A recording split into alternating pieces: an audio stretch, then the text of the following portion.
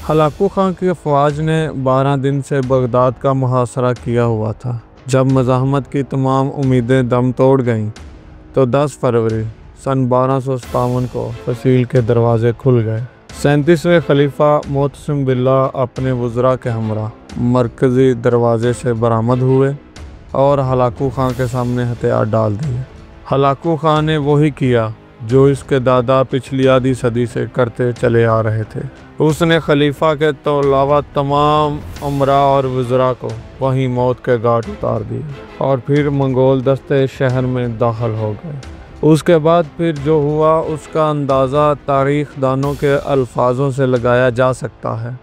वो शहर में भूखे गिद्धों की तरह टूट पड़े, इस तरह के जैसे भेड़िए भेड़ों पर हल्ला बोल देते हैं।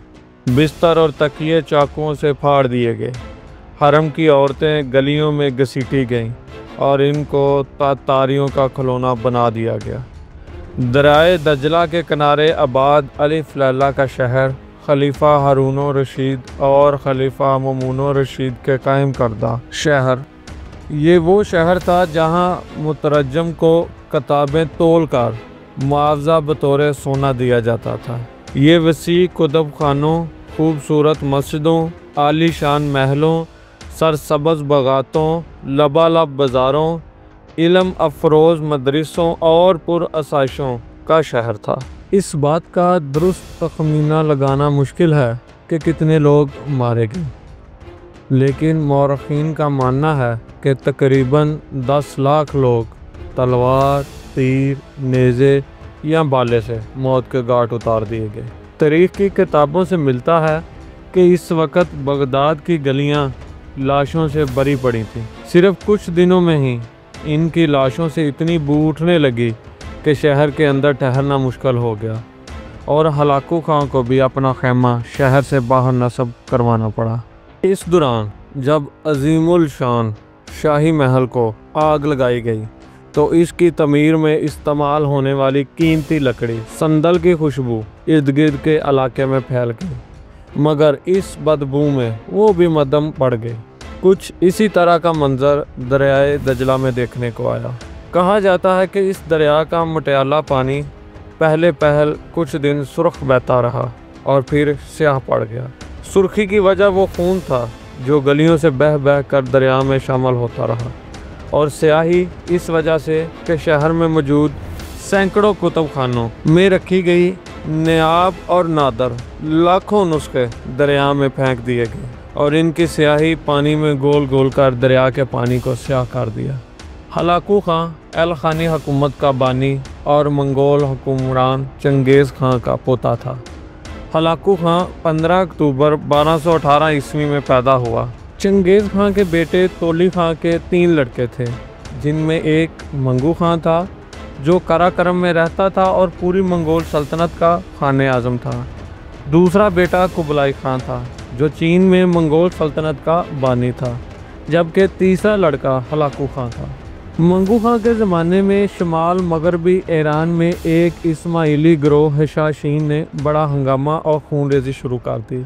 ये इलाका मंगोलों के ज़ेर हुकूमत था, इसीलिए वहाँ के बाशिंदों ने मंगू खां से मदद की फरियाद की, तो मंगू खां ने उनकी मदद के लिए अपने भाई हलाकू खां को ईरान का गवर्नर बनाकर भेजा और इसको इस्माइलियों के ख़िलाफ़ कार्रवाई का हुक्म दिया।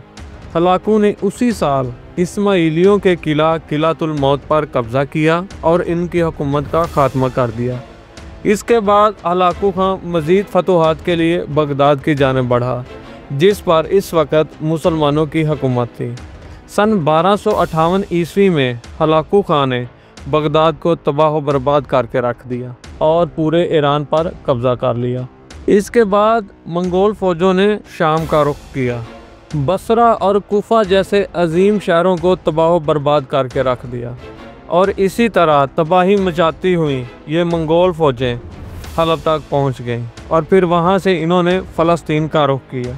और फिर सन 1260 ईस्वी में तीक जलूद के मुकाम पर मिस्र के ममलूक हुक्मरानों ने इन्हें एक ज़बरदस्त शिकस्त देकर पूरे शाम से ही निकाल दिया और मिस्र को मंगोलों के हाथों तबाही से बचा लिया। मंगू खां के बाद कराकरम की हुकूमत का जोर कमज़ोर पड़ गया और हलाकू खां ने ईरान में अपनी मुस्तकिल हुकूमत कायम कर ली, जो अल खानी हुकूमत कहलाती थी, जिसका दारुल हुकूमत तबरेज़ था। हलाकू के बाद उसका बेटा अबाका खां तख्त नशीन हुआ तो उसने भी अपने बाप की तरह इस्लाम दुश्मन पॉलिसी जारी रखी। उसने यूरोपियन ईसाई और पॉप से अपने ताल्लुकात बनाए और उन्हें बैतुल मुक़द्दस को फ़तह करने पर उकसाया, लेकिन ये ख्वाब इनका ख्वाब ही रहा। हलाकू खां ने 29 जनवरी सन 1257 ईस्वी को बगदाद के मुहासरे का आगाज़ किया। हमले से पहले उसने खलीफा को ख़त लिखा कि लोहे के सुए को मुक्का मारने की कोशिश मत करो, सूरज को बुझी हुई मोमबत्ती मत समझो, बगदाद की दीवारें गिरा दो, इसके खंदगे भर दो, हुकूमत छोड़ दो और हमारे पास आ जाओ। अगर हमने बगदाद पर चढ़ाई शुरू की तो तुम्हें ना ज़मीन के अंदर जगह मिलेगी और ना आसमान में। 37वें खलीफा अल-मुतसिम बिल्लाह की वो शान शौकत नहीं थी जो इनके आबाओ अजदाद की थी, लेकिन मुस्लिम दुनिया के बेशतर हिस्से पर इनका सिक्का चलता था और खलीफा को उम्मीद थी कि बगदाद पर हमले का सुनकर मराकश से लेकर ईरान तक सभी मुसलमान इनके सामने सीसा सुपर हो जाएंगे। चुनाचा इसके जवाब में खलीफा ने लिखा, नौजवान 10 दिन की खुशकिस्मती से खुद को कायनात का मालिक समझ बैठ रहे हो तो जान लो मशरक़ से मगरब तक खुदा को मानने वाले मेरी राया हैं। सलामती से लौट जाओ। बगदाद पर हमले के लिए ना सिर्फ हलाकू खां के भाई ने फ़ौज को ताज़ा दम दस्ते भिजवाए, बल्कि जॉर्जिया और आर्मीनिया से ईसाई अफवाज भी इनके साथ आ मिली थी, जो मुसलमानों से यूनान सलीबी जंगों का बदला लेने के लिए बेताब थी। मंगोल फ़ौज की मंजनीकों ने शहर पर आतिशी बारूद की बारिश बरसा दी और फसील के नीचे भी बारूद लगाकर इसे भी जगह जगह से तोड़ना शुरू कर दिया। शहर के बाशिंदों ने ये आफत पहले कभी नहीं देखी थी। अभी कुछ दिन ही गुजरे थे मुहासरे को कि खलीफा ने बारी तवान और जुमे के खुतबे में हलाकू खां के नाम को पढ़े जाने की शर्त पर सुलह की दरख्वास्त हलाकू खां को भेज दी। हलाकू खां को अपनी जीत सामने नज़र आ रही थी, उसने ये ऑफ़र ठुकरा दी। आखिरकार 10 फरवरी का दिन आया जब खलीफा ने शहर के दरवाजे मंगोल हुकूमत के लिए खोल दिए। मंगोल मज़हब में किसी बादशाह का खून बहाना बदशुगनी समझा जाता है। खलीफा की मौत के मुतल्लक कई कहानियाँ मशहूर हैं, लेकिन ज़्यादा करीब हलाकू खां के वज़ीर नसीरुद्दीन तूसी का बयान है, जो इस मौके पर ख़ुद भी वहाँ मौजूद था। वो लिखता है कि खलीफा को चंद दिन भूखा रखने के बाद इसके सामने एक ढका हुआ अखवान लाया गया। खलीफा ने जल्दी से भूख की शिद्दत से ढक्कन को उठाया और देखा कि ये हीरे जवाहरात से भरा हुआ है। हलाकू खां ने कहा, खाओ। खलीफा ने कहा, ये कैसे खाऊं? हलाकू खां ने फिर गुस्से से कहा, खाओ इन्हें। खलीफा ने मरियल सी आवाज़ में कहा, ये कैसे खा सकता हूँ?